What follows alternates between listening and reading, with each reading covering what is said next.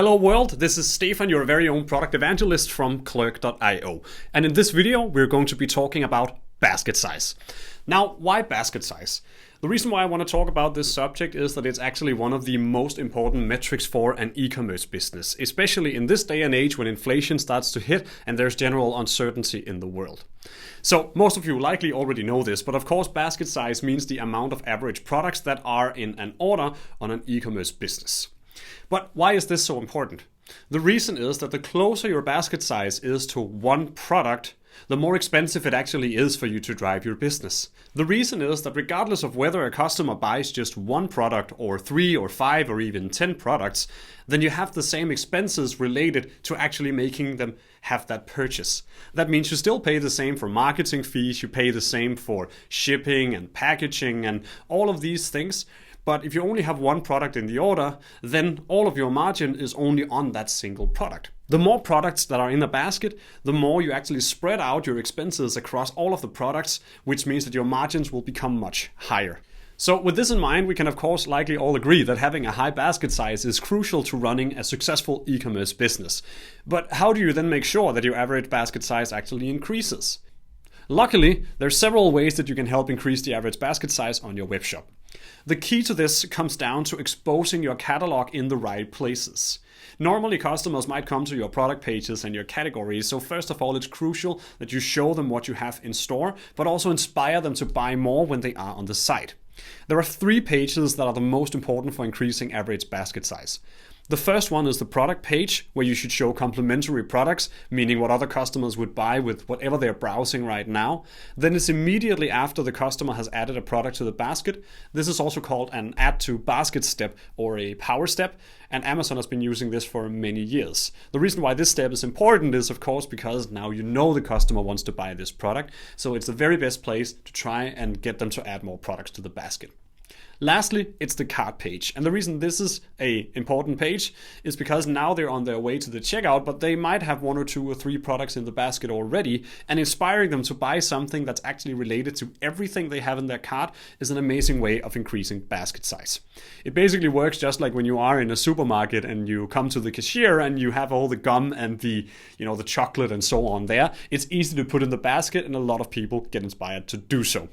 Of course, we shouldn't eat too much chocolate because then you're going to get the father gut like I am currently getting it. But the point is that you can do this on an e-commerce store, but much more automated because you can actually base it on what's already in the cart. And yes, now you might be thinking, that sounds good on everything, but how do I do this without spending an immense amount of time just manually tagging up products and inserting them onto my product pages and cart? And luckily, that's what I can show you how to do today using the power of Clerk.io. So let's dig into it. For the demo today, I've chosen to have a Shopify store. As you can see here, I have it available on this tab, and I also have my code available here, as we'll need to copy paste a snippet in. So luckily with Clerk, it's really easy to get started with complementary products. As long as you've already synced your web shop and you've created a design, which you can do either in our What You See Is What You Get editor that looks like this, or you can do it in HTML and CSS. Then afterwards, it's actually just a matter of inserting a few snippets. So let's say that we wanted to have complementary products on our product page. Using our setup guide, which you will also get access to in your my.clerk.io backend, you can actually find all of these banners already created for you. In this case, we're looking for the best cross-sell products, which is the same as complementary products. And by going into Edit, we can simply insert it into the website. Here I've chosen Shopify. Of course, if you're on a different platform, you would choose your platform. Could be Magento or WooCommerce. Doesn't really matter as long as you choose the right platform here. But I'm going to go with Shopify. So simply copying the embed code to the clipboard now would allow us to go in and insert it on the page. In Shopify, you can do this directly in the files, and I found one called main product here, which is the page that renders the products. So I simply need to insert it here and save the page. Just so you can see what it looks like in real life, let's go to a product page here so you can see it. So today I don't have any recommendations, but now I'm simply going to save. And now we have recommendations on the product page. As you can see, Clerk is just automatically figuring out that it should be shoes and maybe some shoulder pads that go with these girdles that you can buy in order to complete the set. Now, of course, we also want to do the same thing for the cart page, and it works the same way. It's still an embed code that we need to insert. So let's go to the main cart in this case and insert a Clerk banner here. Now, this one is going to be called cart. And you can see it here, cart others also bought. It works a little differently because here we need to be able to import all of the IDs of a product. So you'll need to go and choose the one specifically called cart page. And I'm going to copy it here.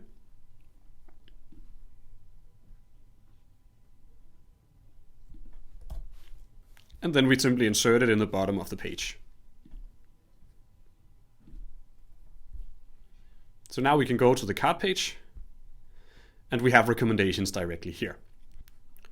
But should we choose to add more products to the cart, then this banner will actually change entirely based on everything that's in the cart. So now we also buy a shoe, which means that we're buying a tee and a boot here, as you can see. And now the recommendations have changed, so we no longer show boots, but we show socks and a helmet and maybe some extra t-shirts and pants to go with the existing purchase that we already made here. Now, the power step can be implemented in multiple different ways depending on your platform. If you're using one of our extensions, then you can activate it directly from there and do whatever styling is necessary. But it can also be added directly to an existing pop-up in case you have it. For some platforms like eCommerce and PrestaShop, they already have very good built-in pop-ups, which means that you can just add recommendations with a small snippet directly into those, just like Evolution Organics is doing here.